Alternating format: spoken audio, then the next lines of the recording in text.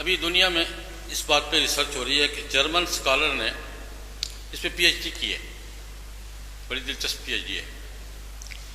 اس نے موضوع یہ منتخب کیا کہ 1857 کے بعد بر صغیر میں 3 نئے مکتب فکر آئے۔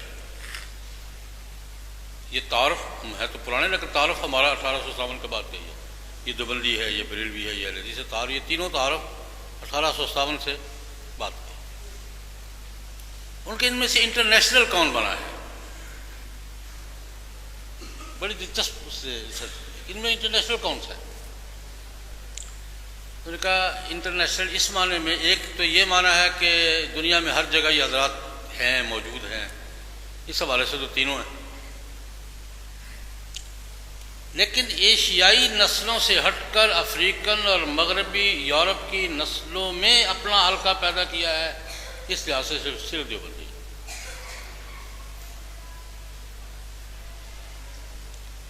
اس لحاظ سے صرف دیوبندی۔ انہوں نے کہا باقی ہیں دنیا میں، اہل حدیث بھی ہیں، بریلوی بھی ہیں، لیکن یہاں سے گئے ہوئے ہیں، کوئی انڈیا سے گیا ہے، کوئی بنگلہ دیش کی گیا ہے، کوئی پاکستان سے گیا ہے، لیکن افریقہ، یورپ اور عرب دنیا میں وہاں کے مقامی لوگوں میں سے، وہاں کے یورپین نسلوں میں سے، افریقن نسلوں میں سے اپنا حلقہ بنایا ہے صرف ایک مکتب فکر نے، اور وہ مکتب فکر کون سا ہے؟ دیوبندی۔ اس کی وجہ بھی اس نے بیان کی ہے۔ وہ آیا تھا اسلام آباد، نام اس کا مجھے بھولا، جرمن، اسلام آباد یونیورسٹی میں اس نے لیکچر دیا، پورا چھپا ہوا ہے میرے پاس، اگر اس صاحب کو دلچسپی ہو تو لیکچر مہیا کر سکتا ہوں۔ لیکچر دیا انہوں نے۔ اس نے کہا اس کی وجہ کیا ہے، سبب کیا ہے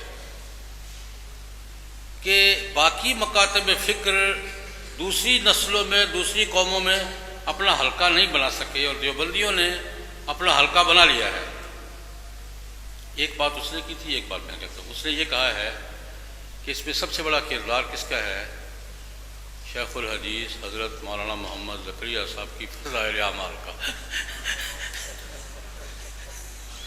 اس کا تجزیہ یہ ہے۔ اس نے کہا اس میں سب سے بڑا کردار کس کا ہے؟ فضائل اعمال کا۔ انگلش میں بھی ملتی ہے، فارسی میں بھی ملتی ہے، وہ جناب فرنچ میں بھی پڑھی جاتی ہے، پشتو میں بھی پڑھی جاتی ہے۔ وہ کہتے ہیں اس میں سب سے بڑا کردار شیخ الحدیث حضرت مولانا زکریا رحمۃ اللہ علیہ کی فضائل اعمال کا ہے، کہ اس فضائل اعمال نے یورپین کو بھی دیوبندی بنا دیا ہے، اور افریقن کو بھی دیوبندی بنا دیا ہے، اور یہ اس نے یہ تجزیہ کیا، اور اس نے یہ پورا لیکچر دیا اسلام آباد یونیورسٹی میں۔ اور میں اس کرتا ہوں ٹھیک ہے، اس کا کہنا ٹھیک ہے، لیکن اس کے پیچھے حضرت شیخ الہند کی ذات کھڑی ہے، جنہوں نے ہمیں اس زمانے میں بین الاقوامیت کا سبق دیا، جس زمانے میں ہمارے دوسری قوموں سے بات کرنا بھی شاید ہمیں مناسب معلوم ہوتا تھا۔ یہ فکر کہ دوسری قوموں کے ساتھ بھی بات کرنی ہے، اور ان میں بھی اپنا فکر پیدا کرنا ہے، اور ان کو بھی فکر میں ہمنوا بنانا ہے، یہ فکر ہمارے ہاں سب سے پہلے کس نے دی ہے؟ اس کو بین الاقوامیت کہتے ہیں، جس کو انٹرنیشنلزم کہتے ہیں، جس کو آج کی زبان میں گلوبلائزیشن کہتے ہیں، جس کو علماء کہتے ہیں۔ میں تاریخ کا طالب علم ہوں، ہمارے یہاں سب سے پہلے اس بین الاقوامیت کی بات کس نے کی ہے؟ شیخ الہند مولانا محمود حسن رحمۃ اللہ علیہ نے۔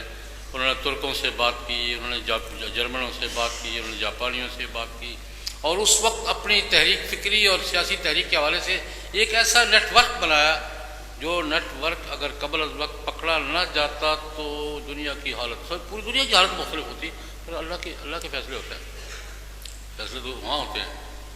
یہ تجزیہ نگار کہتے ہیں کہ اگر وہ نیٹ ورک قبل از وقت بعد بے احتیاطیوں سے پکڑا نہ جاتا تو دنیا کی کیفیت مختلف